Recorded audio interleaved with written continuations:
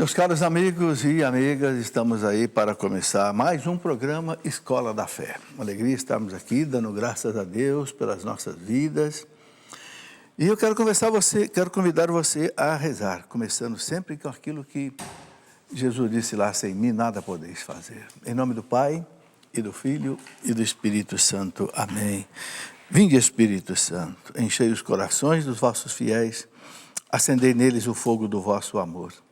Enviai, Senhor, o teu Santo Espírito, e tudo será criado, renovareis a face da terra. Oremos, ó Deus, que instruíste os corações dos vossos fiéis, com a luz do Espírito Santo, fazei que apreciemos retamente todas as coisas segundo o mesmo Espírito, e gozamos sempre da sua consolação, por Cristo nosso Senhor. Amém. Pedindo à Virgem Maria, nossa Mãe, que nos acompanhe neste programa. Ave Maria, cheia de graça, o Senhor é convosco. Bendita sois vós entre as mulheres, e bendito é o fruto do vosso ventre, Jesus. Santa Maria, Mãe de Deus, rogai por nós, pecadores, agora e na hora de nossa morte. Amém. Glória ao Pai, ao Filho e ao Espírito Santo, como era no princípio, agora e sempre. Amém. São José, rogai por nós. Em nome do Pai, do Filho e do Espírito Santo. Amém. Muito bem, meus caros amigos e amigas, dando sequência ao estudo que nós estamos fazendo sobre a igreja nos seus primórdios. Eu quero conversar hoje um pouco sobre os mártires, os primeiros mártires da igreja. Nós sabemos que a igreja, logo no seu início, e na verdade até hoje, né, teve muitos mártires nesses 2000 anos, e é algo que é muito importante na história da igreja. Então eu queria colocar uma reflexão hoje sobre o martírio nos primeiros séculos da igreja, ok?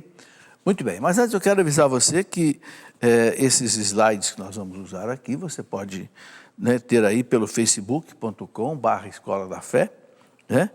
E também você pode fazer contato conosco pelo e-mail do programa. Temos o e-mail, né? escoladafé@cançãonova.com, temos o twitter.com/Escola da Fé, e tem também o telefone da Canção Nova, que hoje também é o WhatsApp, né? O 12 31 86 2600. E se você quiser adquirir algum livro da Canção Nova, são tantos livros, né, que a Canção Nova tem pelo departamento audiovisual, então é só você fazer contato aí pode acessar loja.cançãonova.com, ou então você ligar no telefone que eu já dei, o 12 31 86 2600.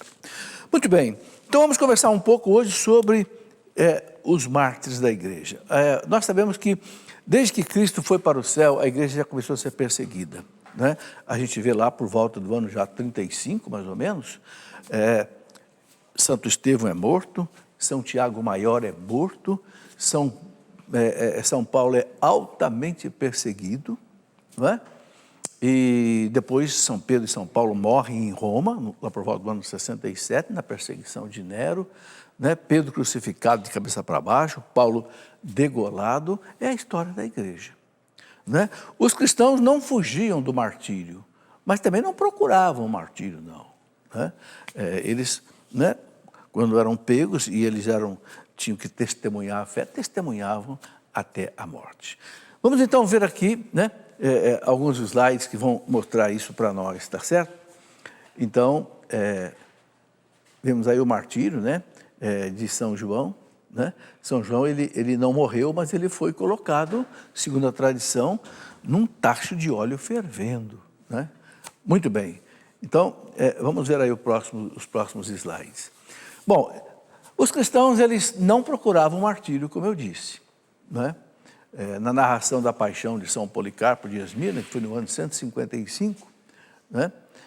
Relata-se que um dos cristãos presos se acovardou perante as feras, e diz o texto o seguinte: é por isso que nós censuramos aqueles que se entregam espontaneamente aos tribunais. Não é esse o espírito do Evangelho. Engraçado, nas atas do martírio de São Policarpo está escrito isso. Os cristãos, eles não procuravam, não. Mas quando eles eram pegos, eles testemunhavam. E interessante o que diz aqui, pode passar, que eles não se ofereciam para o martírio. E aqueles que realmente queriam se oferecer tal, na verdade, eram aqueles que, na hora de testemunhar mesmo, eles acabavam fugindo do martírio, apostatavam. É interessante esse dado, né? Bom, nunca houve na igreja comunidades, né, independentes dos apóstolos. Isso é uma coisa que aparece bem clara, dos seus sucessores, né? A gente vê aí, no começo da igreja, Pedro, por exemplo, foi a Antioquia, depois foi a Samaria, né? E essas outras cidades todas, e onde eles passavam, eles iam fundando aí as comunidades, né? E depois nós vemos que, da mesma maneira, São Paulo, Timóteo, Tito, etc., iam fundando as comunidades quando a igreja foi crescendo. E essas comunidades independentes só surgiram depois com as heresias e com os cismas que aconteciam na história da igreja. Pode passar aí para nós? Bom, aqui nós temos um dado interessante que é colocado pelo maior historiador da igreja, talvez Daniel Rups. Está aqui a referência dele embaixo, no volume 1º, lá na página 187. Ele diz o seguinte, sobre o martírio, né, citando uma palavra de São Justino, que foi mártir no ano 165. São Justino, ele era de Jerusalém, era um filósofo judeu, não era cristão, mas se converteu ao cristianismo e doutor da igreja, inclusive leigo, né? E ele morreu mártir em Roma. E ele coloca isto, né? Esta frase que Daniel Rups traz para nós. Ele coloca o seguinte: nós adoramos o Deus dos cristãos, cremos que Ele é o Deus único, o Criador desde a origem e o ordenador de toda a criatura visível, o Criador de toda a criatura visível e invisível. E cremos no Senhor Jesus Cristo, Filho de Deus, anunciado pelos profetas, enviado para salvar os homens, Messias Redentor, mestre de sublimes lições. Vejam, esse era um testemunho, nós estamos vendo aí o quê? Já do primeiro, começo do segundo século. Como eles testemunhavam a fé cristã e enfrentavam o martírio. Ok. A coragem dos mártires, dizem os historiadores, gerava um contágio de heroísmo, né, que dominava as almas dos outros. O sangue dos mártires foi como que um cimento que uniu os cristãos na chamada Revolução da Cruz.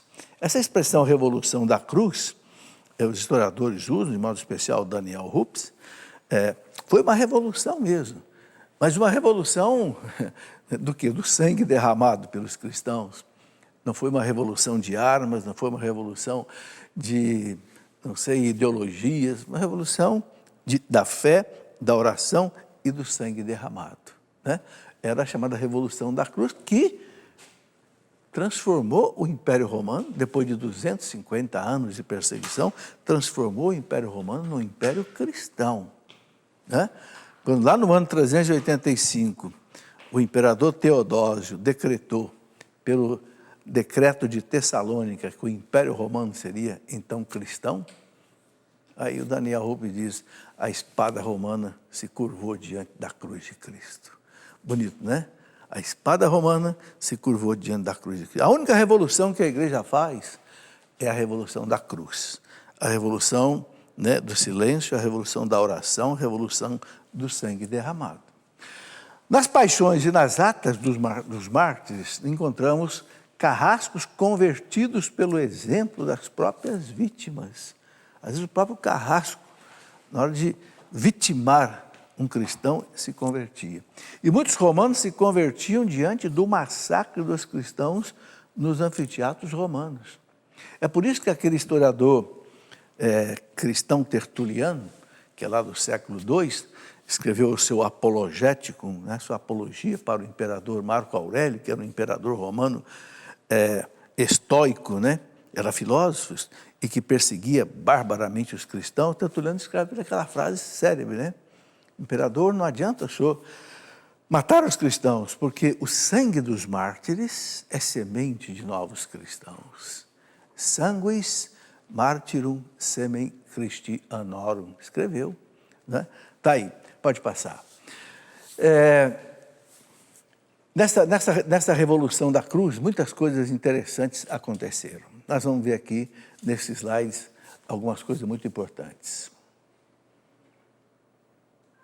Aí a gente vê uma palavra de São Justino, que já coloquei aqui, mártir no ano 165, São Justino, né, dizia exatamente isso. Pode voltar o primeiro. Né? Quando eu era discípulo de Platão, eu disse que ele era um filósofo pagão. Né? Então, quando eu era discípulo de Platão, ao ouvir as acusações lançadas contra os cristãos e vendo-os enfrentar a morte tão intrepidamente, inacessíveis ao medo de tudo aquilo que os homens temem, dizia a mim próprio que era impossível que eles vivessem mal e no amor dos prazeres. Está aí na obra dele, Apologia, né? 11:12, o seu apologético. Então, por que eu coloco essa frase aqui desse mártir da igreja de São Justino, do ano 165? Ele é alguém que se converteu vendo o martírio dos cristãos. Né? Porque falavam mal dos cristãos, que os cristãos praticavam, né, prazeres, não é possível. Não é possível. Vendo o testemunho dele, não é possível que eles vivam desse jeito. Isso para nós hoje é uma coisa muito importante. Né? Paulo VI dizia que os homens estão cansados, né, às vezes, de discursos, os homens querem ver exemplos. Né? Isso é o exemplo arrasta. Ok, vamos em frente, pode passar. Os mártires não morrem por uma causa política, social ou por uma doutrinação filosófica ou revolucionária, não. Mas o mártir é aquele que morre pelo reino de Deus para dar testemunho de Cristo. Né? E só a igreja pode proclamar que alguém é mártir. De vez em quando a gente vê mártir tal, mas a igreja não proclamou como mártir. Então, é importante a gente considerar mártir quem a igreja considera como mártir. Né? Alguém que enfrentou realmente uma perseguição por causa da fé e deu testemunho da fé cristã. Se ele morre assim, aí ele é mártir. Mas não é qualquer um outro motivo político, social, econômico, não sei o quê, que define a pessoa como mártir. Muito bem, na narrativa do martírio de São Policarpo de Esmirna, que é muito interessante, as atas, né?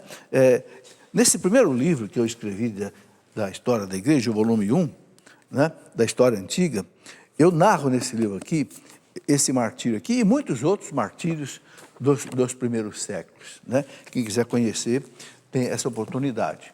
Então, a gente pode ler o seguinte, né, nas atas do martírio. Nós adoramos Cristo como Filho de Deus, mas com toda a justiça veneramos os mártires como discípulos e imitadores do Senhor. Quer dizer, os mártires já eram realmente venerados naquele tempo. Pelo martírio, disse o Papa São Gregório Magno, que foi Papa aí até 604, o grande São Gregório Magno, né? O cristão se faz hóstia, vítima oferecida em sacrifício com Cristo. A palavra hóstia quer dizer isso, vítima oferecida em sacrifício. Cristo é a grande hóstia, oferecida em sacrifício ao Pai. Todas as missas se torna presente esse sacrifício. Né? Mas o cristão que é mártir também, ele é esta hóstia oferecida em sacrifício a Deus. E Santo Agostinho diz uma coisa interessante, né? Que tem dois tipos de martírio. O martírio da espada, mas também o martírio da paciência. Aquele que vive o seu dia a dia, aquilo que Jesus diz no Evangelho, né? Aqueles que perseverarem até o fim serão salvos. Então, o martírio do dia a dia, da fidelidade a Deus, da vida de oração, da vida de apostolado, é também o martírio, em que a pessoa morre para si, para viver para Deus. Vamos lá.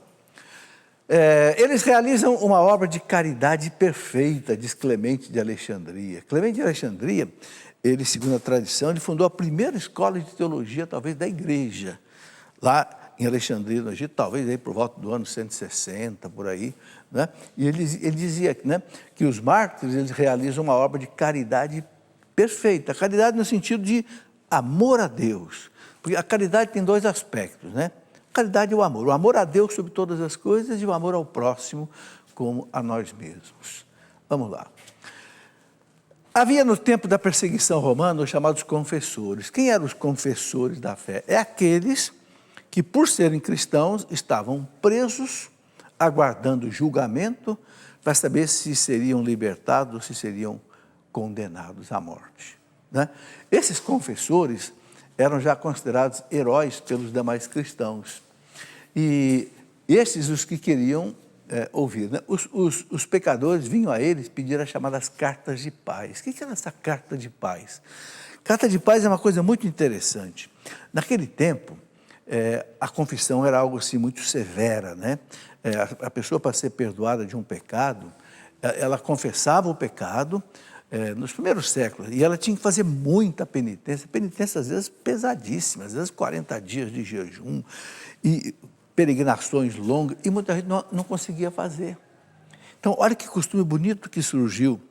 Alguns cristãos iam a esses confessores da fé, que estavam aguardando o martírio, e pedia para eles uma carta de paz. O que era essa carta de paz? Era uma carta em que o confessor dava para o bispo daquela pessoa, dizendo assim: eu peço que o senhor possa comutar essa pena dele, essa penitência, pelo sangue que eu vou derramar, pela minha morte. E aí, segundo Dom Estevão Bittencourt, esse foi o primeiro semente das indulgências. O sentido de que o sacrifício de um pode aliviar a pena do outro. Hoje nós oferecemos as indulgências, né, plenárias ou parciais para as almas do purgatório. Tudo começou mais ou menos por aí, no primeiro século, né? Muito bem, pode passar? Então a gente vê aí. Bom, uma outra coisa muito interessante é a oração que foi encontrada no século III, em Alexandria, no começo do século III, mas no ano 200. Alexandria é no norte do Egito. Toda a volta do mar Mediterrâneo estava sob o Império Romano, estava sofrendo a perseguição até, como nós sabemos, o ano 313, quando Constantino se converteu e proibiu a perseguição. Muito bem, os papirólogos, escavadores, encontraram esta oração começo do século III, ano 200 mais ou menos, em que eles rezavam assim, veja, os nossos mártires.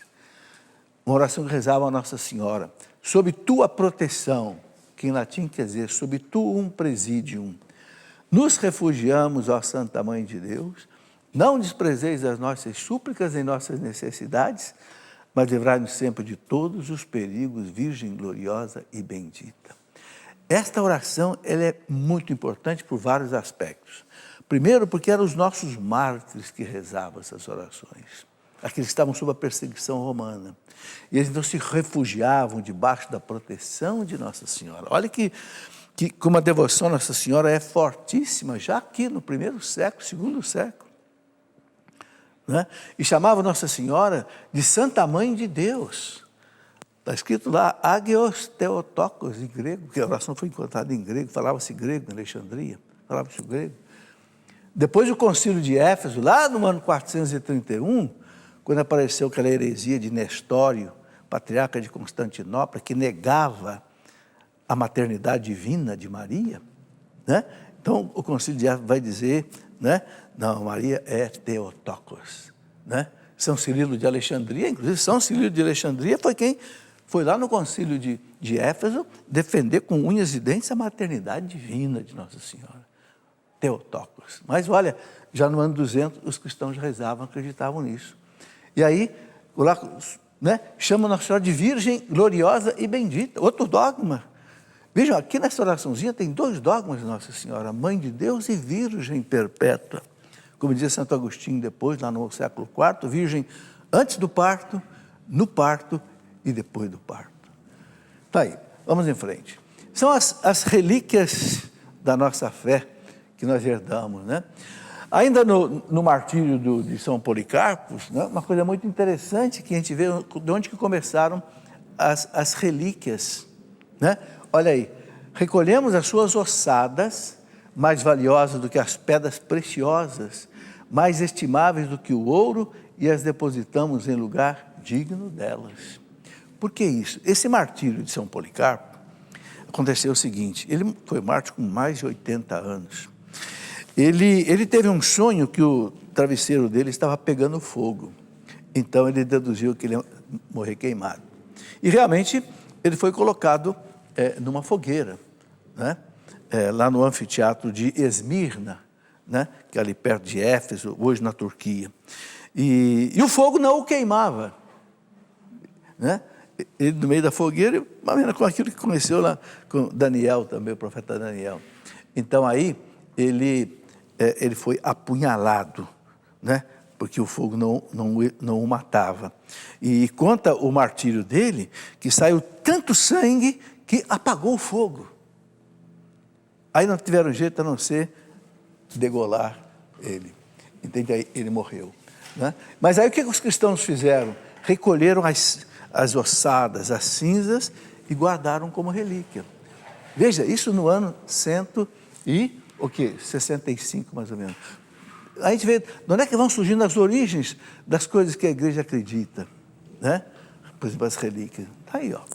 Começa aí.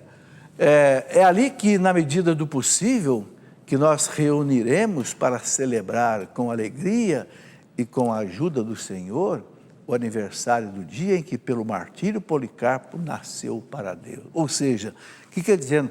É ali que, na medida do possível, nos reuniremos. Ou seja, onde estão as cinzas dele, os restos mortais? Ali nós reunimos, né? Para celebrar esse dia em que Policarpo nasceu para Deus. Vejam as origens das coisas que nós católicos acreditamos, de onde é que vem. Vamos em frente. E assim a missa começou a ser celebrada sobre o túmulo dos mártires. Está aí. E começou a veneração de suas relíquias. Tá? Aí nesse quadro aí está sendo colocada aí uma relíquia de São João Paulo II, né? Custódia do Santuário Pai das Misericórdias. Então, por que a igreja guarda essas relíquias? Tem uma tradição de quase 2000 anos. Porque é um sacramental que transmite a graça de Deus. Isso é um sacramental. Sacramental é diferente do sacramento. Sacramento é a própria graça de Deus. O sacramental, quando existe a fé, ele transfere a graça de Deus, né? Uma imagem, uma relíquia, a bênção, um escapulário, né? Está aí. Vamos em frente. O martírio deu à igreja um triunfo definitivo, né? Aí vocês estão vendo uma foto do Coliseu, né? Das ruínas do Coliseu de Roma, no Coliseu romano, onde gerações de cristãos derramaram seu sangue. Bem no centro ergue-se hoje a cruz de Cristo, um protesto contra a barbárie e sinal de violência. Hoje, né, nós estamos lá no meio do Coliseu de Roma, onde foi morto, por exemplo, Santo Inácio de Antioquia, no ano 107, milhares de gladiadores. Ali hoje tem a cruz de Cristo, né? Exatamente isso, o martírio deu a origem um triunfo definitivo, sem dúvida. Pode passar. É tão interessante ali, que o Coliseu, que Santa Teresinha, ela quis beijar o chão do Coliseu antes de se entregar sua vida definitivamente a Deus no Carmelo de Lisieux, na França. Ela pediu ao pai, ela ia para o Carmelo de Lisieux com 15 anos de idade e não saiu mais de lá, a não ser quando morreu com 24 anos. Mas ela pediu uma coisa para o pai: eu quero ir ao Coliseu de Roma, beijar aquele solo onde muitos e muitos cristãos derramaram ali seu sangue. Então está aí. Então o martírio é a realização mais íntima daquilo que disse o apóstolo São Paulo: quando me sinto fraco, então é o que eu sou forte. A igreja vence pela fraqueza entre aspas, né? Deus falou: Pai, eu te louvo, porque escondeste essas coisas aos sábios, aos entendidos, mas revelaste aos pequenos, né? Está aí. Completo na minha carne o que falta a paixão de Cristo no seu corpo, que é a igreja. Então é assim que a igreja vence, né? Um grande santo lá de Alexandria, Santo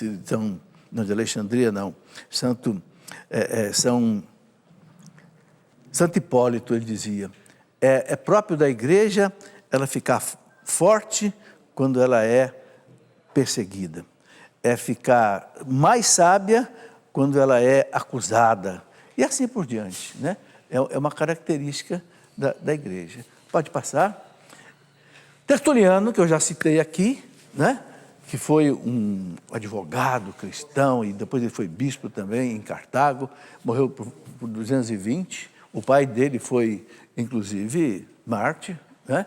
Ele escreveu o seu apologético aos governadores do império, aos imperadores. Apologética é a defesa da fé.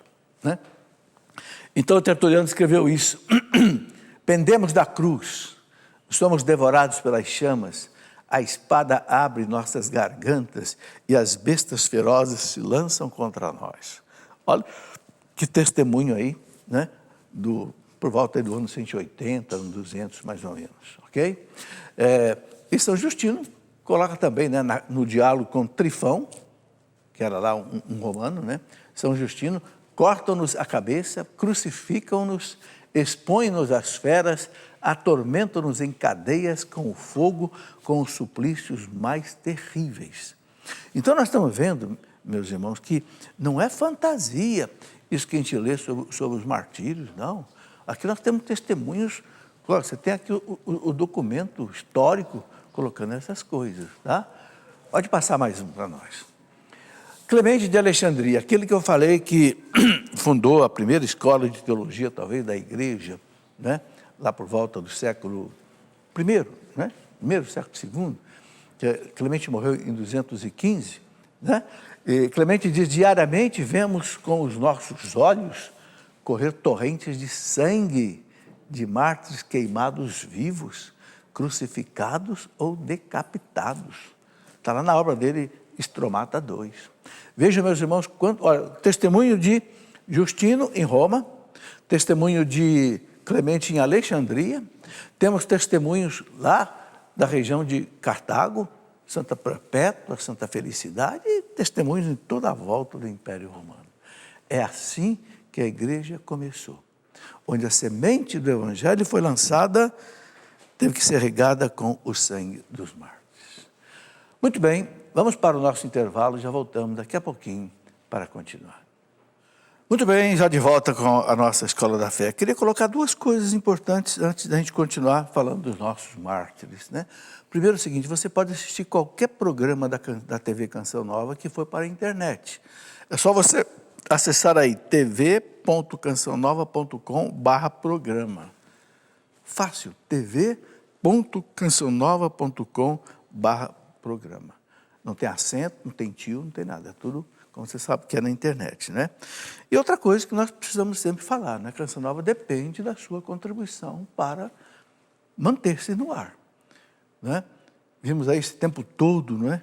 Que a igreja precisou dessa evangelização aí, precisa de evangelização à distância, que muita gente não tem acesso, às vezes, a um padre, a uma não sei, ao sacramento, pelo menos a TV Canção Nova chega com a missa, chega com as pregações, chega com, né, uma evangelização, consolando muita gente.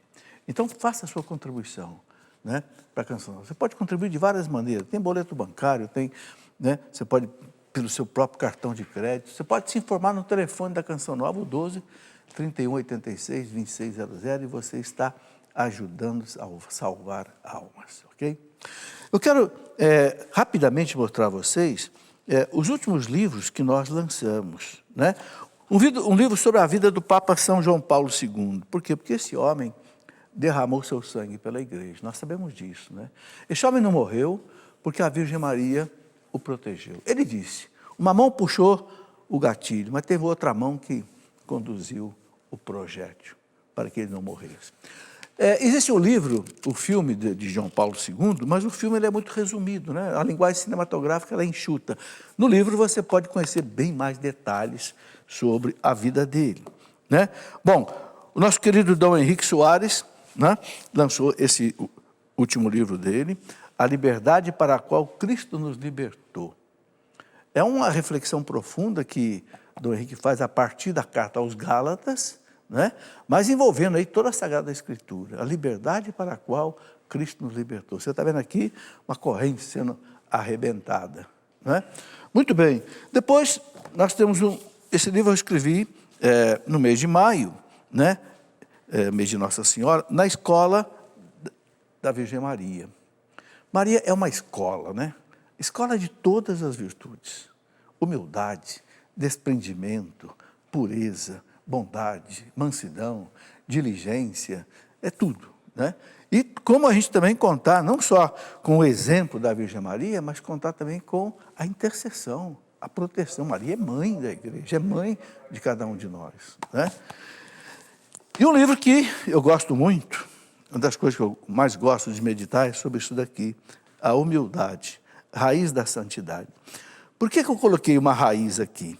Porque a raiz, para mim, é um modelo da santidade, ou melhor, da humildade. A pessoa que é humilde, ela é que nem uma raiz. A raiz, você já percebeu, ela fica enterrada na terra, ela não aparece. Mas é ela que sustenta a árvore. É da raiz que saem a água, sais minerais para nutrir a planta. Sem a raiz, não tem o tronco, não tem as folhas, não tem, não sei, os frutos. E a raiz é escondida, né? Ela fica enterrada. Assim é o bom cristão, ele não aparece, ele não é exibicionista, né? Como dizia São João Batista, né? Evangelho de São João, capítulo 3, versículo 30, São João Batista disse, é preciso que ele cresça e eu desapareça. É uma tentação, sabe, para nós todos cristãos, sobretudo para nós pregadores, a gente fica às vezes um pouco meio vaidoso. As pessoas aplaudem, as pessoas acham que você sabe muito, não sabe nada. São Paulo diz, do que você se vangloria? Se tudo que você tem, que você é, você recebeu de Deus, do que você vangloria? Né? Catarina de Siena dizia, não seja um ladrão da glória de Deus. Então, a raiz para mim, né? A raiz da santidade. Então, quem quiser meditar sobre a humildade, está aqui, tem essa reflexão. E um último livrinho desses pequenos, que é dessa coleção que eu tenho escrito aqui continuamente, né? Sobre, eu chamei essa coleção de coleção Formação Católica, né? O que é o reino de Deus? Muitas perguntam, Jesus veio implantar na terra o reino de Deus, né? Crede no Evangelho e entre no reino de Deus. Mas o que é esse reino de Deus? Então é uma reflexão também sobre esse reino de Deus. Muito bem, vamos em frente aqui com a nossa conversa sobre os mártires, né? Então, nós temos aí ainda o testemunho interessante em Roma, naquela Roma da perseguição, né? A morte dos condenados era para o povo um espetáculo, sim, soltavam lá os gladiadores, os cristãos, as feras em cima, era o que eles chamavam o pão e o circo. O pão era o trigo, né, para o povo, e o circo era isso. Mas tinha uma coisa que acontecia, muitos romanos se convertiam ali, naqueles anfiteatros romanos, vendo a coragem dos cristãos, enfrentando as feras, cantando os salmos, rezando a Nossa Senhora, né? Então muitos, por isso que o Tertuliano disse aquela frase, né? O sangue dos mártires é semente de novos cristãos. A igreja, meus irmãos, quanto mais apanha, mais forte ela fica. Quanto mais ela é perseguida, mais ela cresce, né? Por quê? Porque a força da igreja não está nos cristãos, está em Cristo. E Cristo é invencível. O Tertuliano colocou aquela frase. Dizia o poeta romano cristão, Prudêncio foi um grande poeta cristão lá do século IV, que a dor de alguns era o prazer de todos. A dor, o sofrimento, a morte de alguns era o prazer de todos. Está aí a obra dele contra Simactum, né, 2:11-26. Pode passar?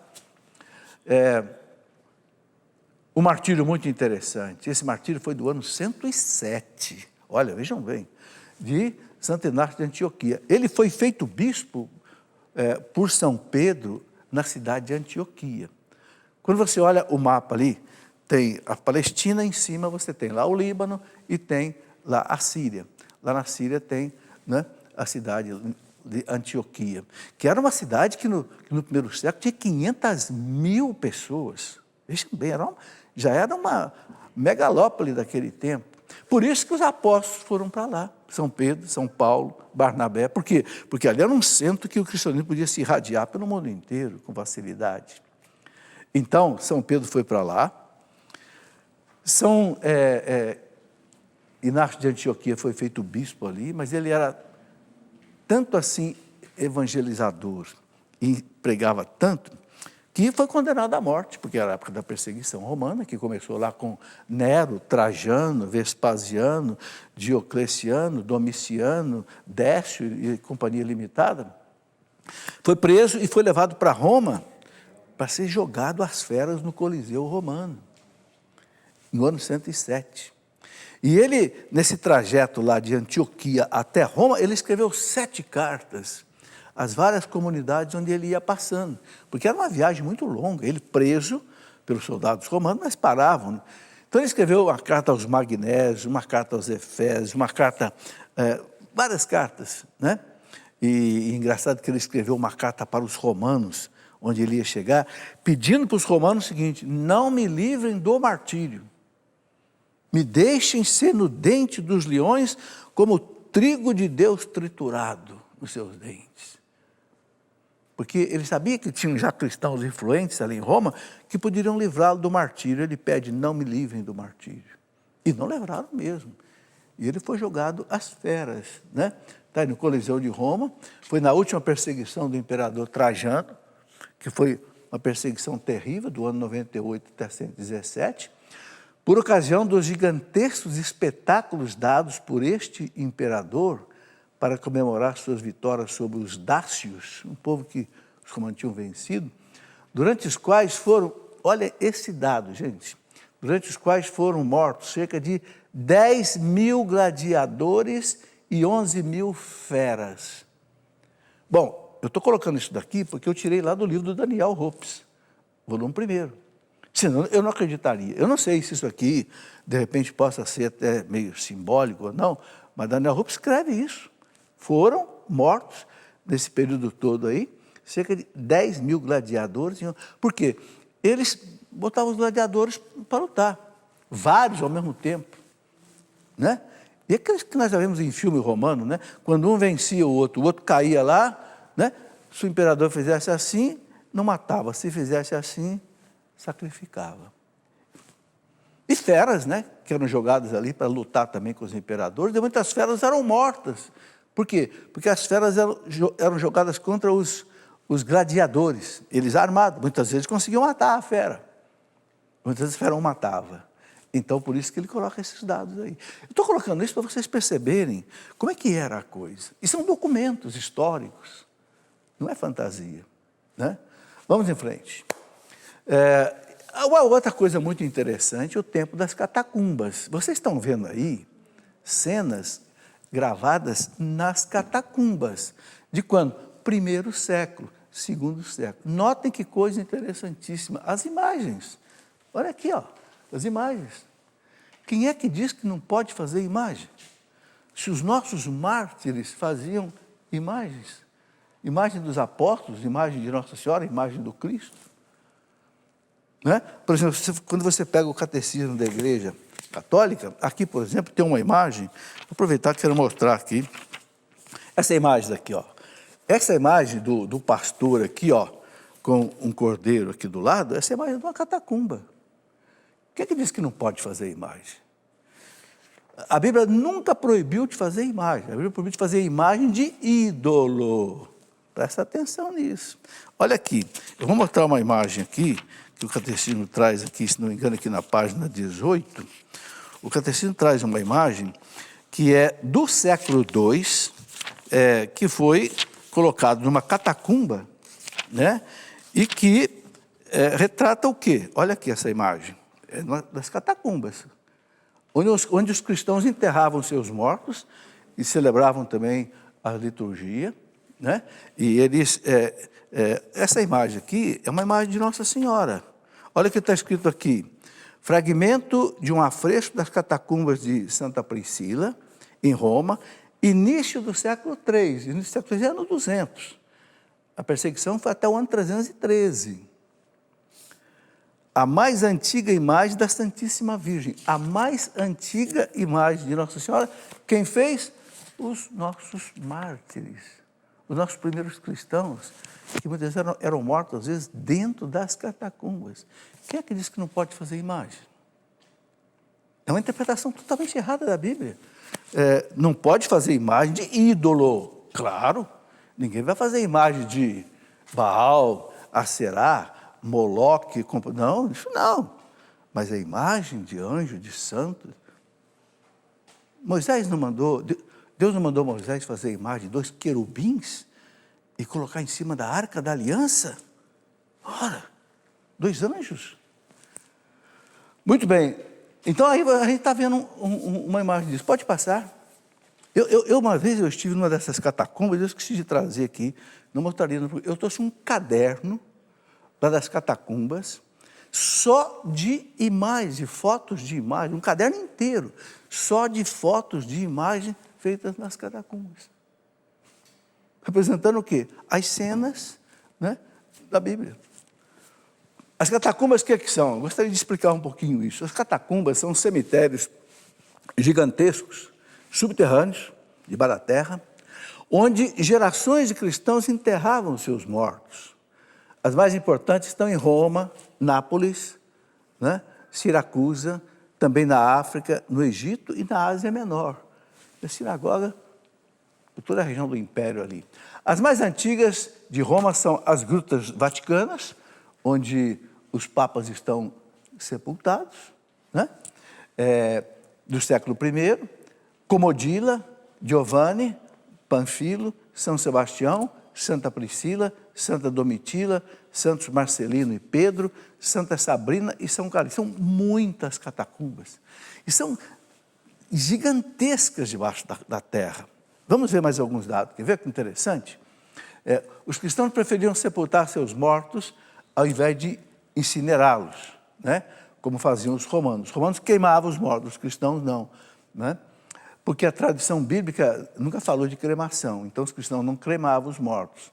Mas hoje é permitida pela igreja fazer a cremação, né? Desde que não seja para desafiar a fé na ressurreição. Isso está no Catecismo da Igreja, no parágrafo 2301. Mas os cristãos eles não cremavam como os romanos, então eles sepultavam. Então, nas paredes das catacumbas, assim, eles faziam os buracos, os nichos, e ali eles enterravam os mortos. Ok? Pode passar. Flávia Domitila, olha que interessante, era sobrinha do imperador Vespasiano, que foi um perseguidor dos cristãos. Convertida, entregou o terreno de uma de suas casas de campo para a sepultura dos seus parentes cristãos e demais fiéis. A lei romana considerava sagrado o lugar de um cemitério, por isso que eles respeitavam. Esses cemitérios cristãos cresceram tanto que tinham um administrador, São Calixto, Papa, né? Foi administrador desse. Quando eu estou falando de cemitério aqui, estou falando de catacumbas. Esse terreno de Flávia Domitila era um terreno que tinha uma catacumba, que ali enterravam os mortos. Vamos em frente. Bom, aqui vocês estão vendo uma foto que mostra como é que eram as paredes, onde se enterravam os mortos aí, tá? Algumas catacumbas de Roma têm 5 andares, olha o tamanho disso. E a mais profunda chega a 25 metros de profundidade. O total de seu comprimento é algo que em torno de 1.000 quilômetros. 1.000 quilômetros. 1.000 quilômetros é uma distância imensa. Daqui a São Paulo você tem o quê? 230 quilômetros? Imagina 1.000 quilômetros. Pode passar. A catacumba de Santa Sabrina, que não é a mais extensa, tinha 16.500 metros quadrados de superfície e 1.600 metros de comprimento, com 7.736 túmulos. Esse dado eu tirei do Daniel Hopes, lá do primeiro volume dele.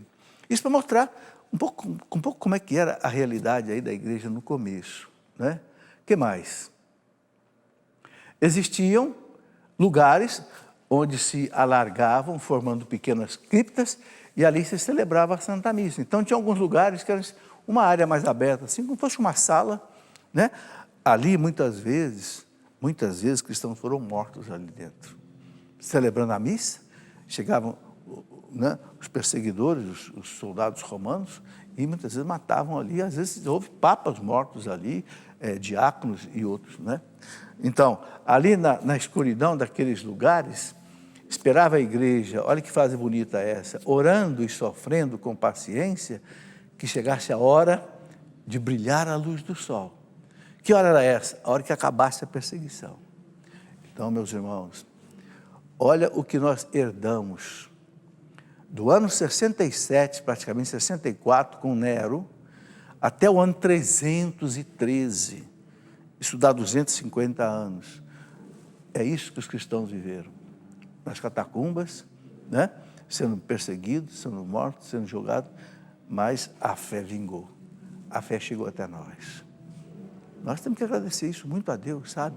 Se não fosse a igreja conservar os sacramentos que receberam do Cristo, conservar a liturgia, conservar tudo que nós temos de sagrado, nós não teríamos essa riqueza toda de hoje. Né? Está aí. Esta é a nossa fé. Acho bonita essa frase, né? É ali naquela escuridão que eles sofriam, rezavam, eram mortos, aguardando um dia que o sol pudesse brilhar. Muito bem. E aí nós encontramos muitas figuras religiosas pintadas, como eu falei, o que mostra que os primeiros cristãos nunca rejeitaram as imagens. Encontramos a mais antiga imagem da Virgem Maria nas catacumbas de Priscila, aquela imagem que eu já mostrei aqui, que inclusive o catecismo da igreja traz. Né? O que mais? Bom, pode-se conhecer muito da história do cristianismo nascente pela imensa quantidade de documentos arqueológicos encontrados nas catacumbas.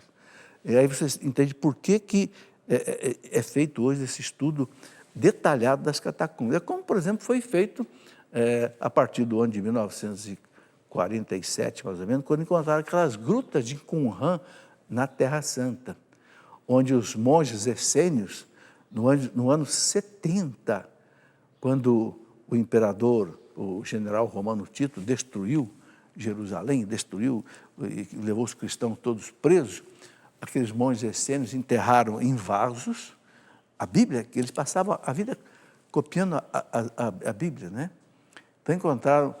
Então os pesquisadores se debruçaram em cima desse material todo, né?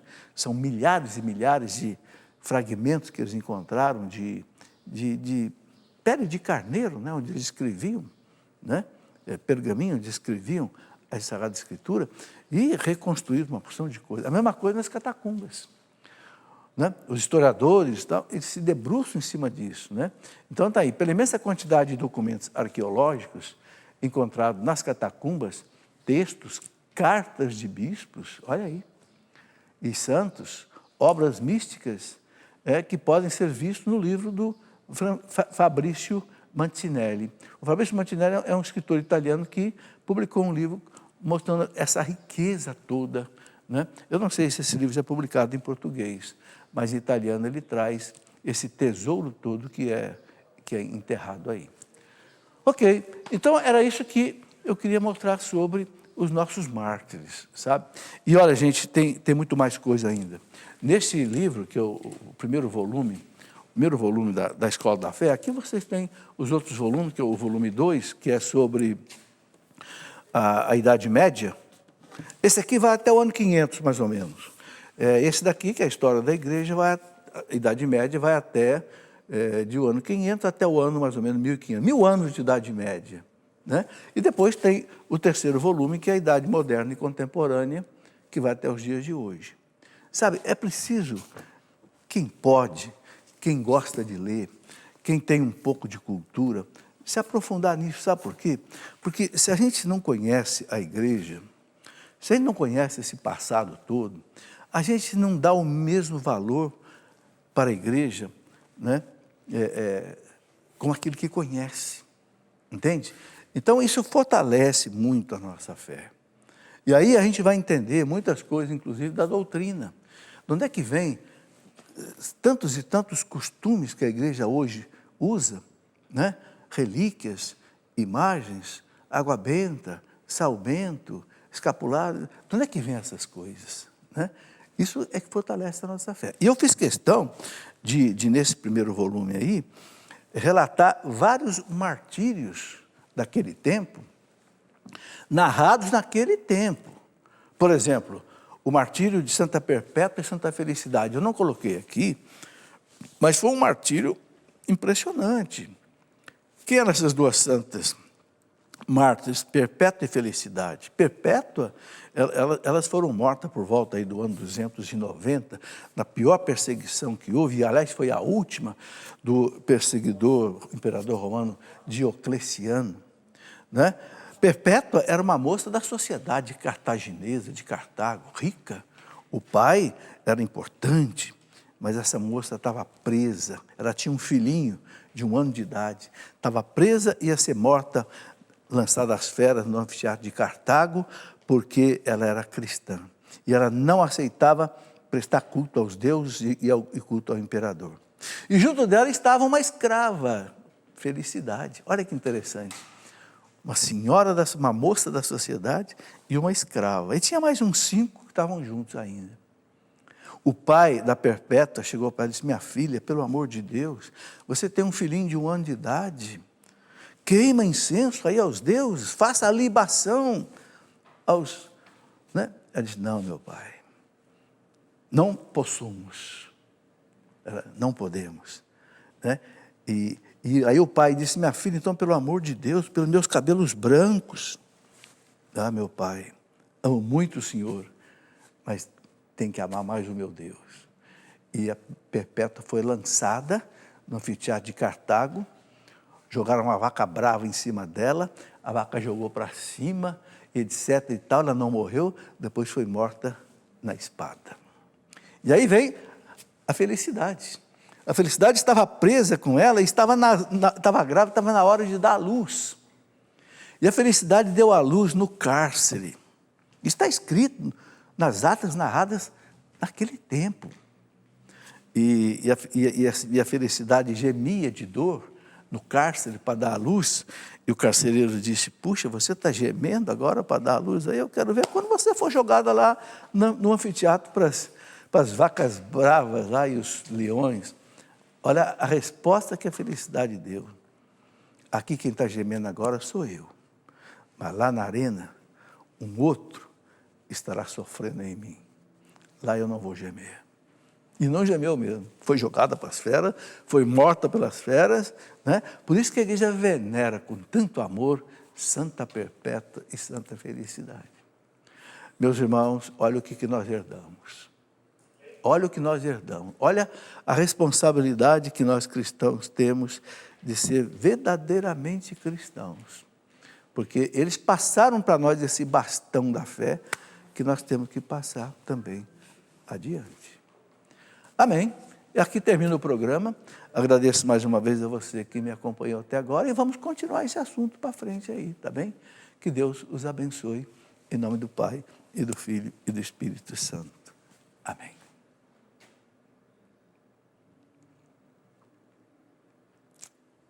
Ok, nós vamos continuar.